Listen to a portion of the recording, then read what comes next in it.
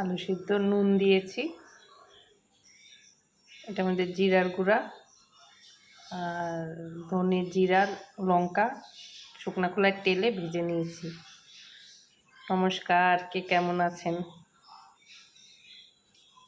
দিয়ে দিলাম চিনি, দিয়ে দিলাম জোয়ান, দিয়ে দিলাম নুন তো দিয়েছি, ময়দাটা দেব,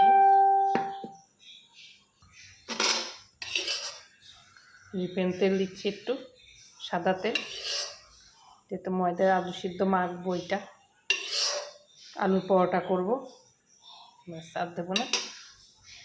আলুটা চটকিয়ে নিচ্ছি,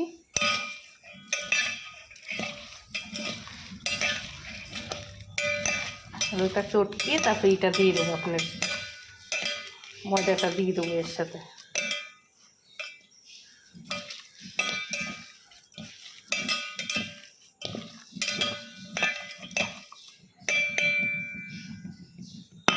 ময়দাটা দিয়ে দিলাম, 1 বাটি ময়দা দিলাম, আলুর পরোটা করবো এইভাবে।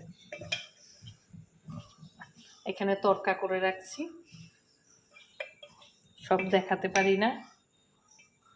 আলু জল দেবো, আলুর এটা বেশি দেব না, আলু সিদ্ধ দিয়ে সব কিছু দিয়ে মাখছি। শর্টকাটে আলু সিদ্ধ, এটা আপনারাও করবেন, সকালে বাচ্চাদেরও টিফিনে করে দেবেন, দেখবেন ভালো লাগবে। চলুন তো, একটু গোলমরিচও দিচ্ছি ময়দা মাখার জন্য, একটু জল দিয়ে দিচ্ছি। জল কিন্তু বেশি লাগবে না, আগেই বলে দিচ্ছি। মেখে নেই, তারপর দেখাচ্ছি। যেতে এক হাতে সব করতে হয়, ক্যামেরাটা আরেক হাতে, ওই জন্য একটু ক্যামেরাটা কিছু জিনিস কেটে কেটে দেখাই, কী করা যাবে। হয়ে গেছে মাখা, এদিকে তাওয়াও গরম হয়ে গেছে, ছেঁকবো, বেলবো। এখন দেখিয়ে নিই, তারপর এটা আমার রান্নার জায়গা।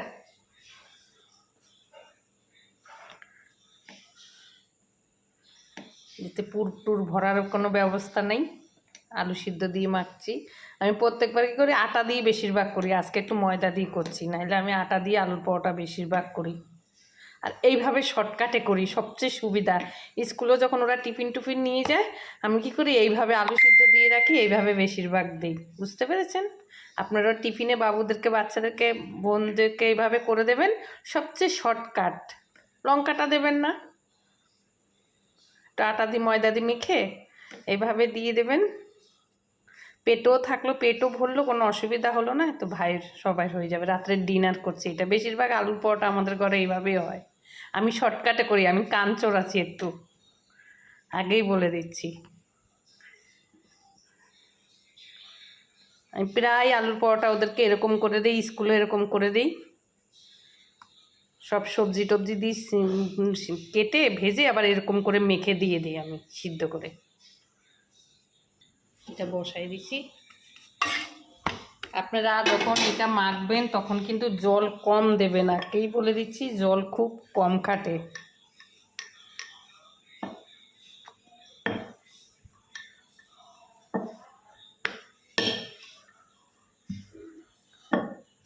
দিচ্ছি, ছেঁকে নিই, একটা দিয়ে দিই,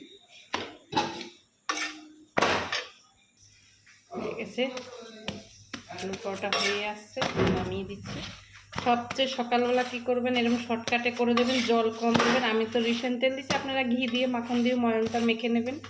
আর সকালবেলা বিশেষ করে যখন ওরা স্কুলে যায় করে দেবেন। আর সবসময় ভাতে একটা দুটো আলু দিয়ে রাখবেন, যেমন আমি দুপুরে আলু দিয়ে রাখছিলাম, এখন এটা শর্টকাটে করে দিলাম। আমার মতন যদি কাঞ্চোর হতে থাকেন, সবচেয়ে শর্টকাট, ঝামেলা যদি করতে না চান। আমি তো ঝামেলার জন্যে রাত্রে হলে একটা টেনশন, কি খেতে দেবো, কি খেতে দেবো, ডেলি একটা চিন্তা। আজকে ভাবলাম ডিনারটাই আলু পরোটা দিয়েই সারি ওদের। হয়ে আসছে, আলুর পরোটাটা হয়ে গেছে, নামিয়ে দিছি। এই যে আচার, আলুর পরোটা মানে আচার, তরকা আর চিকেন করছি, চিকেন পকোড়ার মতন করেছি। যে হয়ে গেছে, আলুর পরোটা মানে আচার। দই হলে ভালো হতো, সব কিছু দেখানো সম্ভব হয় না।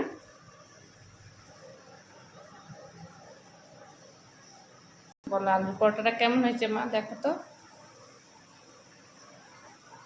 তড়কা দিয়ে।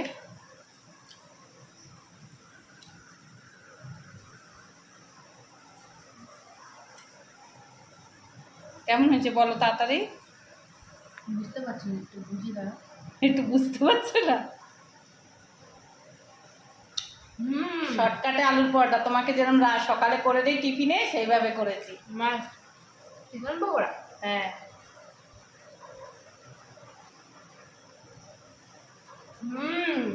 দারুণ। দারুণ হয়েছে। ঠিক আছে, বলে দাও কিছু লাস্টটা তুমি। দারুণ হয়েছে। আলু পরোটা, চিকেন পকোড়া আছে, আচার আছে, আর তড়কা আছে। খুব ভালো হয়েছে। আর সবাই লাইক, কমেন্ট, শেয়ার, সাবস্ক্রাইব করবে, চ্যানেলটা ভালো লাগবে। সবাই ভালো থাকবেন, রাখি, নমস্কার।